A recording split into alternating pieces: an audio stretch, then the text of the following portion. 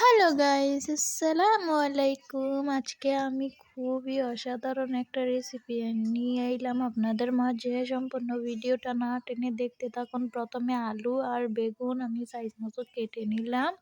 তারপর এখানে মাছের মধ্যে দিয়ে দিলাম হলুদ আর লবণ।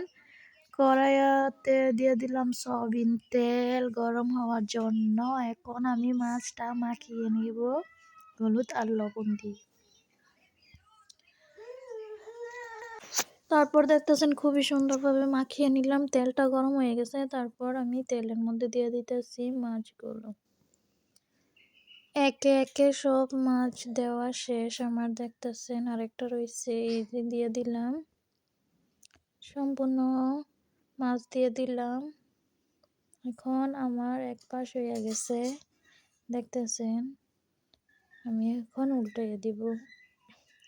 আস্তে আস্তে ধীরে সুস্থে ভাবে উল্টাইয়ে নিবেন, যাতে শরীরে না পড়ে। খুবই সাবধানে আমি উল্টাই। তারপর দেখতেছেন আস্তে আস্তে ওই পাশটাও হইতাছে। তারপর আমার ওই পাশটাও হইয়া গেছে, দেখতেছেন। আমি এখন ওই পাশটাও উল্টিয়ে দিব। একে একে আমি সব মাছ উল্টিয়ে নিব। দেখতেছেন আমার মাছ প্রায় ভাজা শেষ। খুবই সুন্দর করে আমি ভেজে নিয়েছি, নিচ দিয়ে একটুও লাগে না। এই যে দেখতেছেন ভাজা শেষ। এখন আমি ওই তেলেই পেঁয়াজ কুচি দিয়ে দিলাম কিছুটা।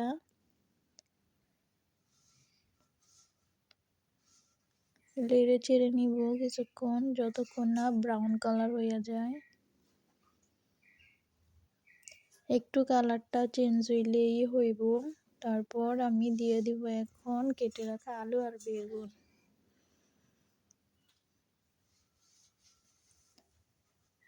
এভাবে রান্না করে খাইলে খুবই মজার হয়। আসলে খুবই মজার হয়েছিল আজকের রান্নাটা। নেড়ে চেড়ে নিব এখন ভালোভাবে। তারপর এখন দিয়ে দিলাম টমেটো কুচি, দিয়ে দিলাম কিছুটা কাঁচামরিচ। দেওয়ার পর আবারও নেড়ে চেড়ে নিব।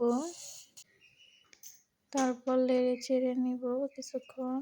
দিয়ে দিলাম ঢাকনা। এই যে দেখতেছেন প্রায় সিদ্ধ হয়ে গেছে আমার সবজিগুলো। এখন দিয়ে দিব কিছুটা পানি। দিয়ে দিলাম আদা রসুন বাটা। আদা রসুন বাটাটা কিছুক্ষণ ভেজে নেব যাতে গন্ধ না হয়।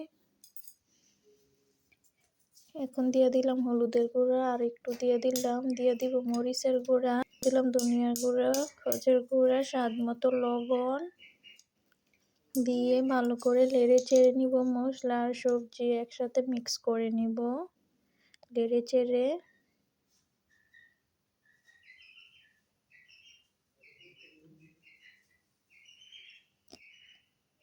এই যে ভালো করে নেড়ে চেড়ে নিলাম। আমি সব মশলা একসাথে মিক্স করলাম কিছুক্ষণের জন্য। তারপর দিয়ে দিলাম কিছুটা বিট লবণ, ঢেকে দিলাম কিছুক্ষণের জন্য। কিছুক্ষণ পর দেখতেছেন প্রায় তেলটা ভেসে আইছে উপরে। তার মানে আমার সবজিটা কষানো হয়েছে খুবই সুন্দর করে। যতক্ষণ লাগিয়ে আপনি কষাইবেন ততটাই মজা হইব। দিয়ে দিলাম কিছুটা পানি। এই পানিতে আমার সবজি তরকারি সব রান্না হইয়া যাবে। এই যে নেড়ে চেড়ে নিতেছি, প্রায় হয়ে আইছে। তার জন্য মাছটা দিয়ে দিলাম আমি।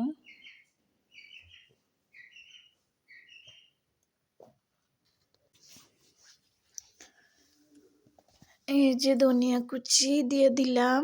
আমার তরকারিটা হয়ে আইছে, দেখতেছেন।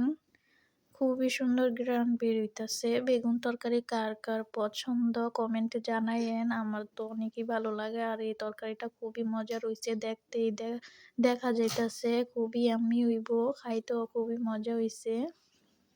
এই যে দেখেন ফাইনাল লুক। আপনাদের কাছে কিরকম লাগতেছে জানাইবেন। খুবই মজার